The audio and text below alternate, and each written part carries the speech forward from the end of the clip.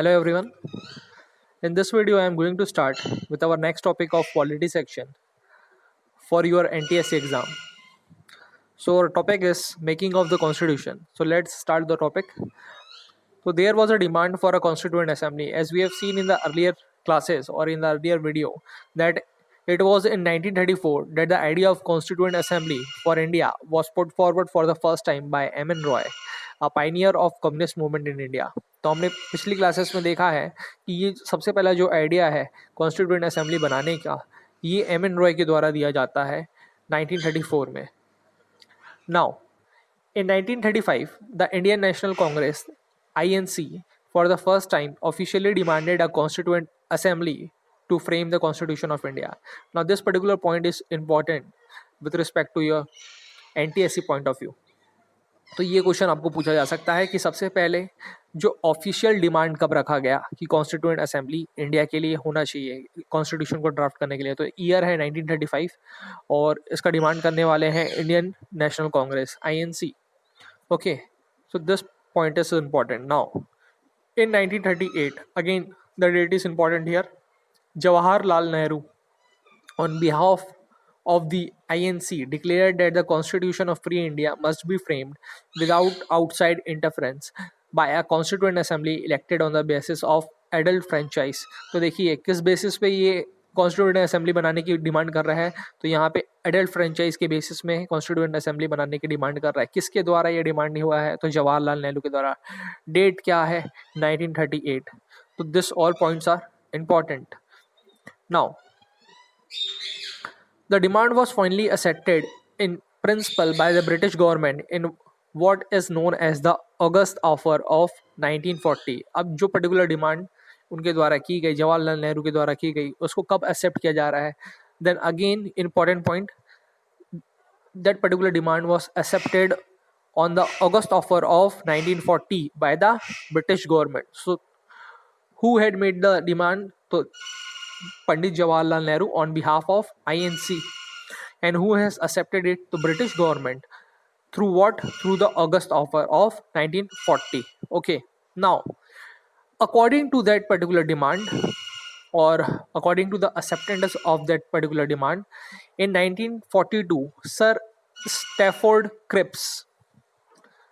In 1942, Sir Stafford Cripps, a member of the cabinet of British Empire, came to India with a draft proposal of the British government on the framing of an independent constitution to be adopted after the World War II.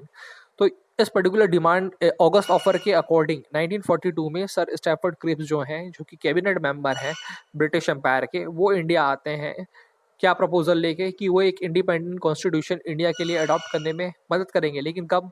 World war second के बाद. Now again the date here is important कि वो कब आए? 1942 पे आए हैं. ठीक है. नाउ और वो ये कॉन्स्टिट्यूशन कब प्रोवाइड करने की बात कर रहे हैं? तो after the second world war. Now the Cripps proposals were rejected by the Muslim League, which wanted India to be divided into two autonomous states with two separate constituent assembly. अब देखिए ये भी पॉइंट यहाँ पे important है.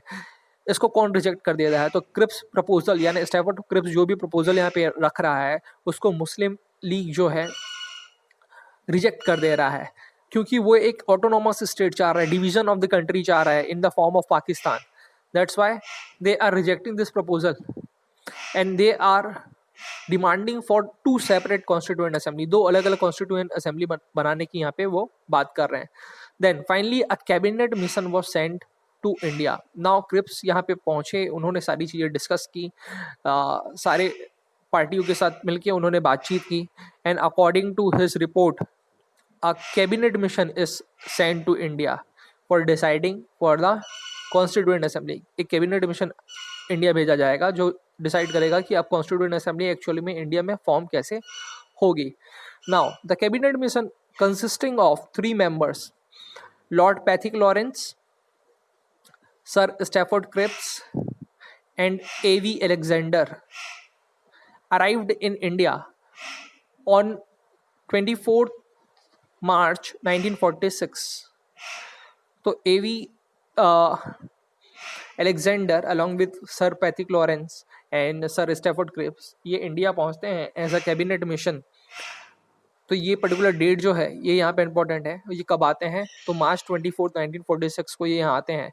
तो इनका ये जो पर्टिकुलर आना होता है ये कैबिनेट मिशन कहलाता है, और ये अपना एक प्लान जो है पब्लिश करते हैं May 16 1946 को। While it rejected the idea of two constituent assembly, it put forth a scheme for the constituent assembly which more or less satisfies the Muslim League.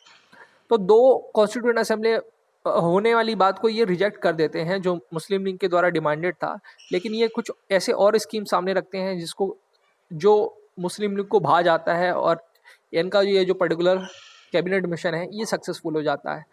Now तो इसके बेसिस में अब यहाँ पे कॉन्स्टिट्यूएंट असेंबली का formation होगा। तो actually में कॉम्पोजिशन क्या होगा इस कॉन्स्टिट्यूएंट असेंबली का, यानी इसके मेंबर कहाँ कहाँ से आएंगे और वो कौन होंगे। Now the constituent assembly was constituted in November 1946, again the date here is important, under the scheme formulated by the cabinet mission plan. तो देखिए कॉन्स्टिट्यूएंट असेंबली किस कारण से बन रही है? तो कैबिनेट मिशन प्लान के द्वारा बन रही है। डेट क्या है? नवंबर 1946। ओके, तो this particular points are important here. Now what were the features of this scheme? क्या क्या फीचर्स थे? सबसे पहला फीचर है, all the points here are now important. The total strength of the constituent assembly was to be 389. Total इतने members उसमें हो सकते हैं।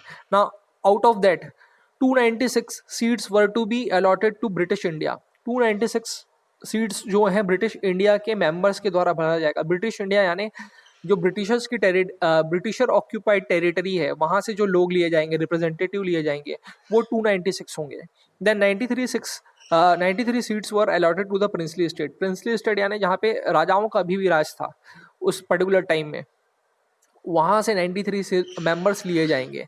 ना out of this 296 seats allotted to the British India, 292 members were to be drawn from the 11 governor provinces. अब देखिए ये 296 जो सीट है ब्रिटिश इंडिया की, उसमें से 292 जो मेंबर्स हैं वो 11 प्रोविंसेस यानी स्टेट से लिए जाएंगे जहाँ पे गवर्नर का रूल चलता है, और जो बाकी के 4 बच गए हैं उसको ऐसे प्रोविंसेस यानी स्टेट से लिए जाएंगे जहाँ पे चीफ कमिश्नर जो है रूल करता है। तो वो 11 प्रोविंसेस क्या थे? वो 11 प्रोविंसेस थे Madras, Bombay, UP, Bihar, central province जिसको आज के डेट में हम मध्य प्रदेश और छत्तीसगढ़ के नाम से जानते हैं, then Orissa, Punjab, North Western Frontier Province जिसको आज हम अफगानिस्तान के नाम से जानते हैं, सिंध जो कि आज पाकिस्तान में है, बंगाल एंड असम।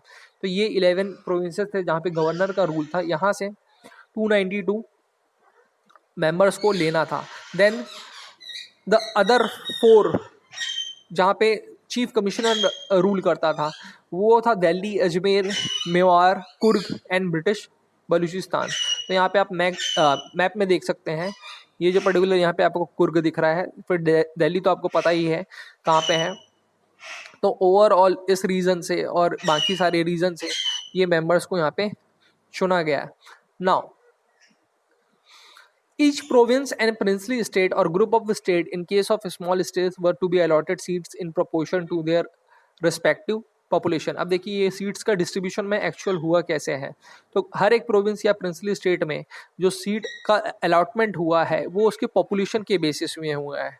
तो किस क्राइटेरिया से? तो रफली 1 seat was to be allotted for every million population. तो 1 मिलियन पॉपुलेशन के लिए 1 सीट यहाँ पे अलॉट किया गया है। तो इस तरीके से सीट का यहाँ पे डिस्ट्रीब्यूशन हुआ है। Now seats allocated to each British province were to be divided among the 3 principal communities, Muslim, Sikhs and generals, that is all except Muslim and Sikhs in proportion to their population। अब जो British province में जो seat का distribution हुआ है उसको फिर से 3 प्रिंसिपल कम्युनिटीज में डिवाइड किया जा रहा है।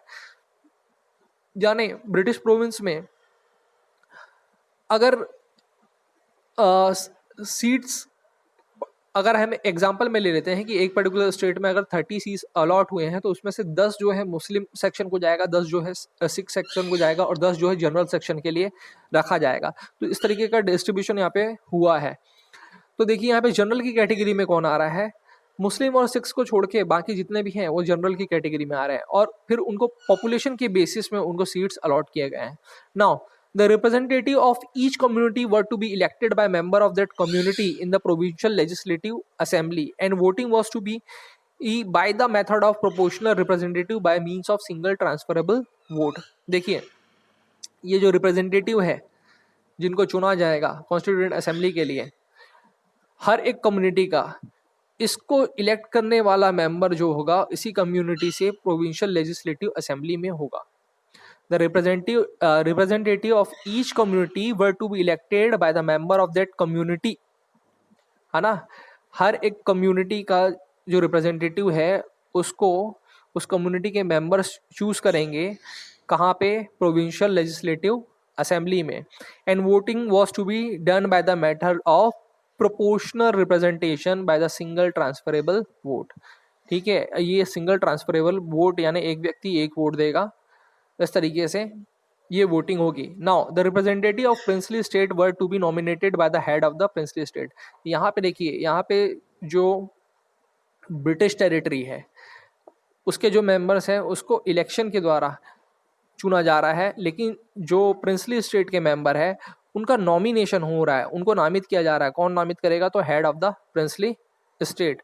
तो ये पॉइंट यहाँ पे इंपॉर्टेंट है कि यहाँ पे ब्रिटिश प्रोविंसेस में क्या हो रहा है, इलेक्शन के थ्रू उनको चुना जा रहा है और यहाँ पे नॉमिनेशन के through. Okay, then moving on, it is this clear that the constituent assembly was to be partly elected and partly nominated body. तो यहाँ पे बात क्या क्लियर हो गई कि कॉन्स्टिट्यूएंट असेंबली कैसे बनेगी, आधी इलेक्टेड रहेगी और आधी नॉमिनेटेड रहेगी ना। Moreover the members were to be indirectly elected by the member of the provincial assembly who themselves were elected on limited franchise।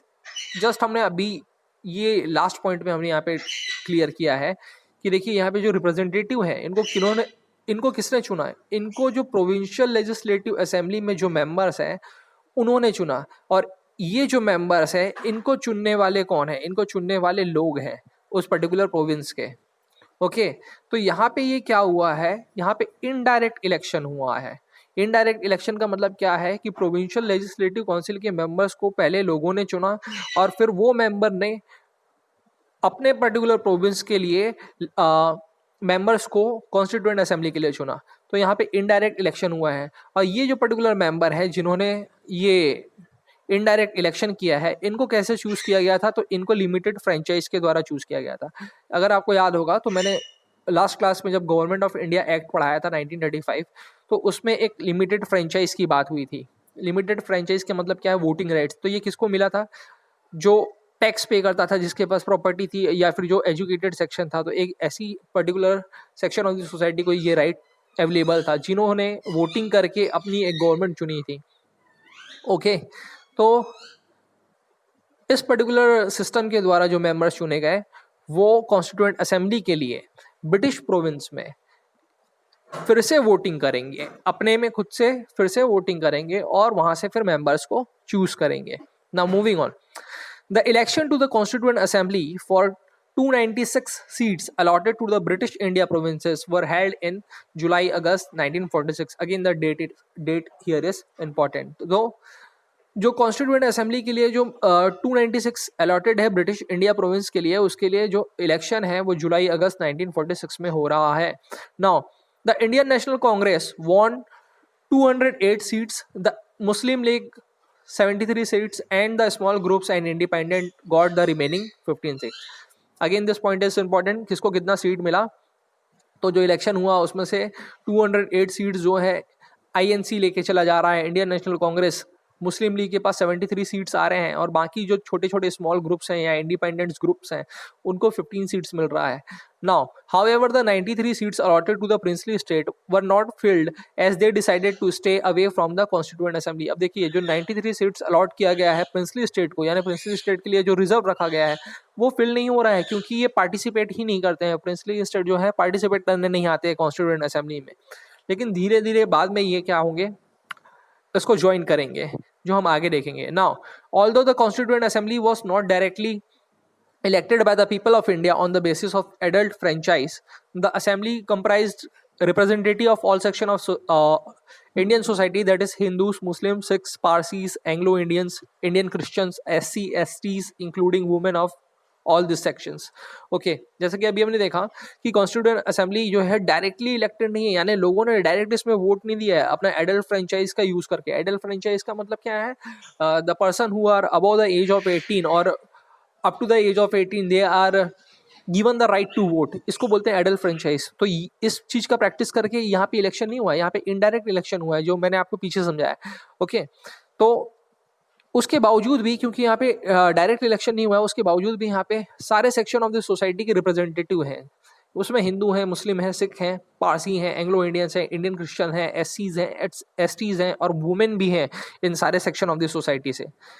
Then the assembly included all important personality of India at that time with the exceptions of Mahatma Gandhi. तो इस assembly में जितने भी important personalities थे particular हर एक province से, वो इसमें इंक्लूडेड है, लेकिन इसमें एक्सेप्शन क्या है, महात्मा गांधी इसमें इंक्लूडेड नहीं है।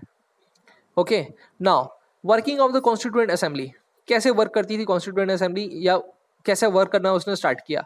Now the constituent assembly held its first meeting on December 9, 1946। ये पूछा हुआ क्वेश्चन है और ये बार बार पूछा जाता है। तो पहला जो मीटिंग हुआ कॉन्स्टिट्यूएंट असेंबली का वो दिसंबर 9, 1946 में हुआ। Now the Muslim league boycotted the meeting and insisted on a separate state of Pakistan. ये दूसरा इंपॉर्टेंट यहाँ पे क्वेश्चन है। मुस्लिम लीग यहाँ पे क्या कर रहा है, बॉयकॉट कर रहा है मीटिंग का, और किस चीज पे इंसिस्ट कर रहा है कि उनको अलग से पाकिस्तान चाहिए। That's why third important point here is the meeting was thus attended by only 211 members. 211 member ही इसको अटेंड करेंगे।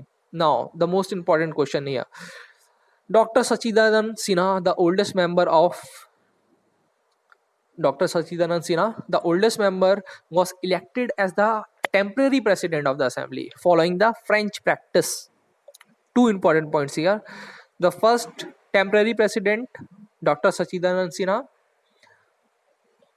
of the Constituent Assembly, following which practice? Following the French practice.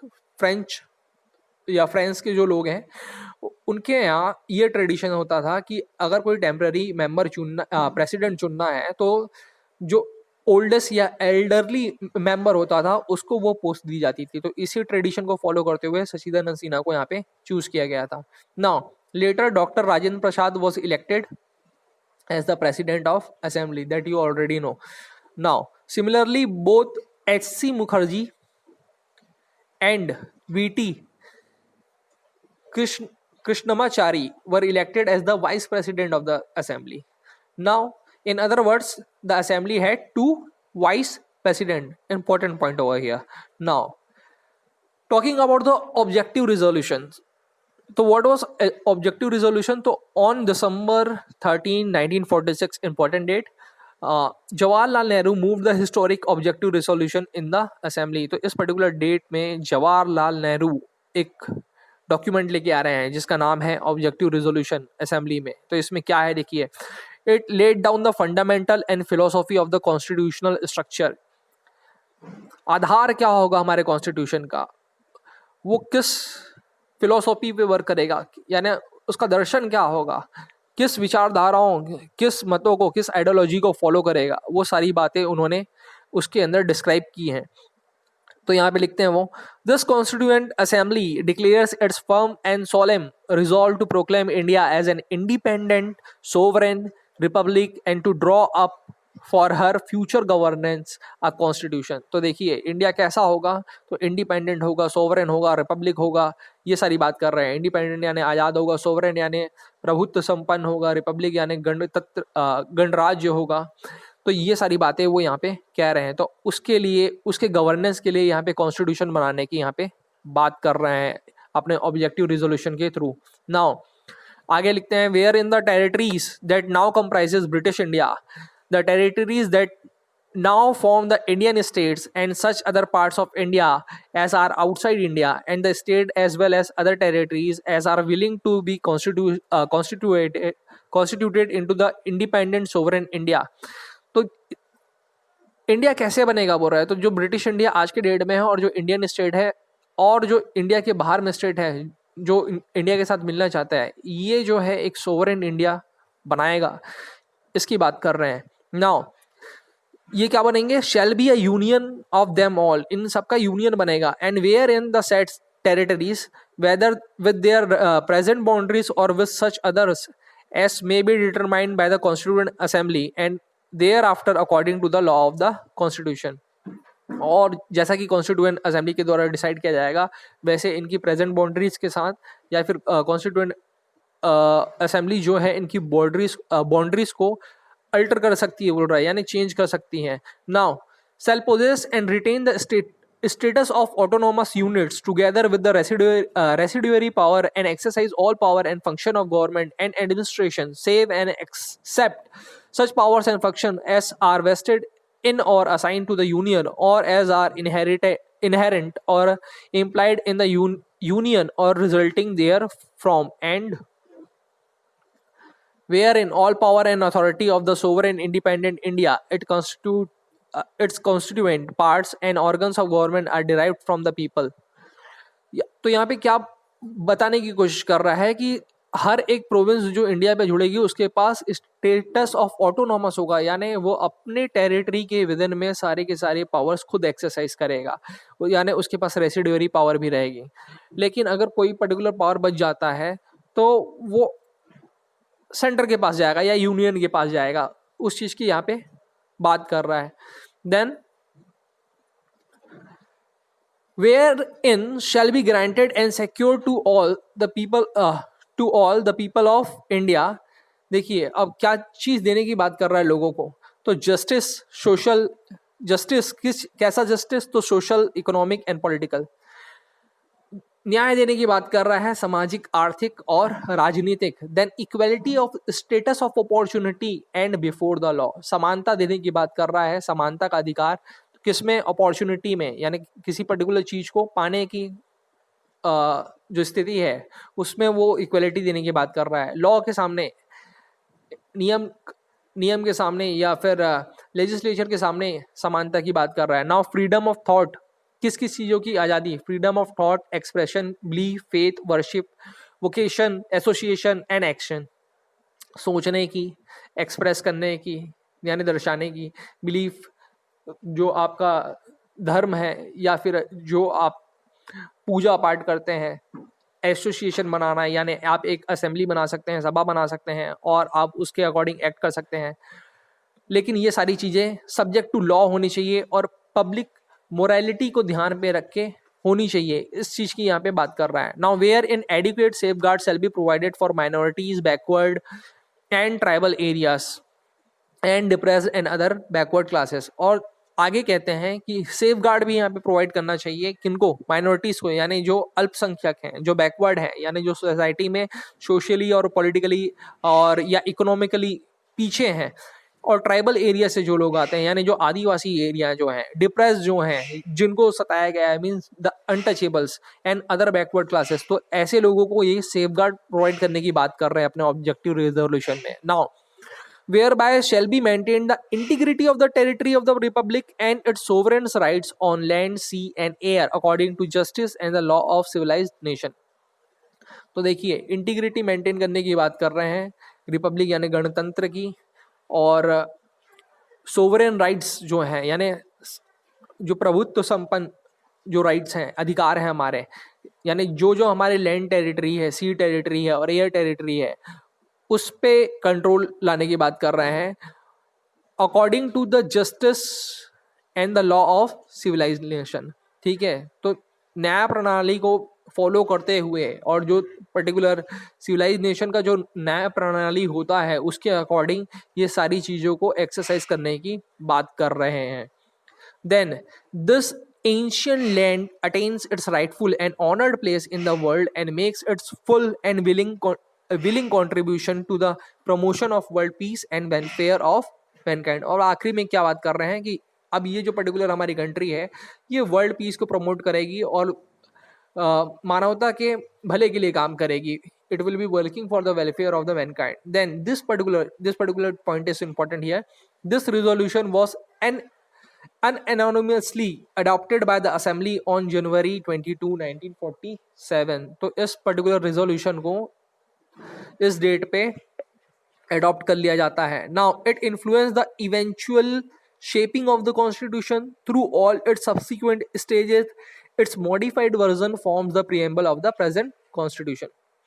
तो देखिए इसको अडॉप्ट करने के बाद यहाँ पे क्या हो रहा है, इसमें जितनी भी बातें लिखी गई हैं तो वो एज अ बेस या प्लेटफॉर्म जो है साबित हुई कॉन्स्टिट्यूशन के लिए, और उसके अकॉर्डिंग जो है कॉन्स्टिट्यूशन को अलग अलग स्टेजेस में डिफाइन किया गया या मोल्ड किया गया, और इसका जो मॉडिफाइड वर्जन है ऑब्जेक्टिव रिजोल्यूशन का, वो आज आप प्रीएम्बल के रूप में देख पाते हैं. Okay, so this particular point is also important here. Now changes by the independence act, क्या क्या चेंजेस हमको देखने को मिले इंडिपेंडेंट एक्ट के द्वारा, ये देखते हैं.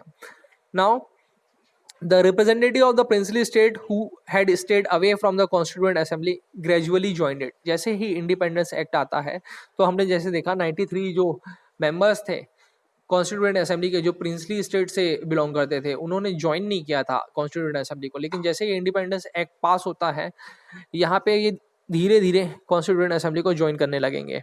सो on this particular date, the date is again important here. तो April 28, 1947 representative of the 6 states were part of the assembly. तो 6 स्टेट्स के लोग, प्रिंसली स्टेट के लोग आके जुड़ते हैं. तो ये कौन कौन सा है, again this point is important. Baroda, Bikaner, Jaipur, Patiala, Rewa and Udaipur. या इस प्रिंसली स्टेट के जो मेंबर्स हैं वो कॉन्स्टिट्यूएंट असेंबली को ज्वाइन करते हैं. Okay, now after the acceptance of the Mountbatten plan, date is important, June 3, 1947, for a partition of the country, the representative of most of the other princely states took their seats in the assembly. जैसे ही Mountbatten plan जो है June 3, 1947 को accept कर लिया जाता है, जिससे कि पार्टीशन होती है कंट्री की, तो अदर जो प्रिंसली स्टेट हैं वो भी आके अपने सीट्स को ज्वाइन करते हैं कॉन्स्टिट्यूएंट असेंबली में. Now the member of the Muslim league from the Indian dominion also entered the assembly. Important point, Muslim league के भी मेंबर ज्वाइन कर रहे हैं, लेकिन कहाँ के, इंडियन डोमिनियन के, यानी इंडियन टेरिटरी से जो मुस्लिम लीग के मेंबर्स हैं वो ही इस पर्टिकुलर असेंबली को आके ज्वाइन कर रहे हैं. Now the Indian independent act of 1947 made the following 3 changes in the position of the assembly. जैसे ही ये एक्ट पास हुआ तो कॉन्स्टिट्यूएंट असेंबली में कुछ बदलाव हुए. क्या चेंजेस हुए, पहला ये है, the assembly was made a fully sovereign body which could frame any constitution is played. संप्रभुता वाली एक बॉडी हो गई है, यानी एक ऑर्गेनाइजेशन हो गया है. कहने का मतलब यह है कि अब उनके ऊपर किसी और का कंट्रोल नहीं है, वो सारी चीजें अपने से बनाएंगे. They can frame any kind of constitution as they will. Then the act empowered the assembly to abrogate or alter any law made by the British parliament in relation to India. अब जो particular constituent assembly है उसके पास power आ गया है कि British parliament ने इससे पहले जितने भी एक्ट्स या लॉ बनाए हुए हैं, जो हमने पिछली क्लासेस में कवर किया है, वो इसको या तो खत्म कर सकती है या उसको चेंज कर सकती है. ये दूसरा उसमें चेंज किया गया. नाउ तीसरी बात जो है, the assembly also became a legislative body. ये इंपॉर्टेंट पॉइंट है. असेंबली एक लेजिस्लेटिव बॉडी बन गई, यानी लॉ मेकिंग बॉडी बन गई है. अब वो नियम कायदे बनाएगी अपने देश के लिए. In other words, 2 separate functions were assigned to the assembly, that is making of a constitution for free India and enacting of ordinary law for the country. तो अब जो कॉन्स्टिट्यूएंट असेंबली है 2 काम कर रही है. एक तो वो कॉन्स्टिट्यूशन बना रही है, दूसरा क्या है, जो लॉ है एनेक्टिंग ऑफ ऑर्डिनरी लॉ कंट्री के लिए, वो भी काम असेंबली यहाँ पे करके दे रही है. Now this 2 task were to be perform on separate days. ये दोनों काम ये अलग अलग दिन कर रहे हैं. सो दस the assembly became the first parliament of free India, that is dominion legislation. तो क्योंकि ये एक लॉ मेकिंग बॉडी बन गई है, तो हम यहाँ पे क्या कह सकते हैं कि असेंबली यहाँ पे जो है पहला पार्लियामेंट बन गया है इंडिया का, और जिसमें ये डोमिनियन लेजिस्लेशन, डोमिनियन मीन्स क्या, उसको खुद को वहाँ पे पावर मिल गई है. Now whenever the assembly met as the constituent body, ये इंपॉर्टेंट है यहाँ पे. तो जब भी असेंबली जो यहाँ पे मीट कर रही है एज अ कॉन्स्टिट्यूएंट बॉडी, मतलब कि जब ड्राफ्टिंग करेगी वो किसका, कॉन्स्टिट्यूशन का, तो उसको चेयर करेंगे या फिर उसके जो चेयरमैन होंगे या प्रेसिडेंट होंगे वो होंगे डॉक्टर राजेंद्र प्रसाद. ओके, लेकिन जब भी वो एक लेजिस्लेटिव बॉडी की तरह मिलेगी या असेंबल होगी तो उसको चेयर करेंगे जीवी मावलंकर. ओके, तो ये 2 इंपॉर्टेंट पॉइंट यहाँ पे है. Now for the first time the constituent assembly met as dominion legislature. Again the date is important, November 17, 1947. पहली बार ये एक लेजिस्लेटिव बॉडी की तरह कब मिलता है या कब असेंबल होते हैं, तो नवंबर 17, 1947. और जीवी मावलंकर को इस पर्टिकुलर सभा का, इस लेजिस्लेचर का स्पीकर चुना जाता है. तो ये एक और इम्पोर्टेंट पॉइंट है, who was the first speaker of the Indian legislative body, तो जीवी मावलंकर. ओके, फिर आपके लिए एक टास्क है कि आपको आज के डेट में कौन लेजिस्लेटिव असेंबली का या फिर लोकसभा का स्पीकर है, ये आपको फाइंड आउट करना है।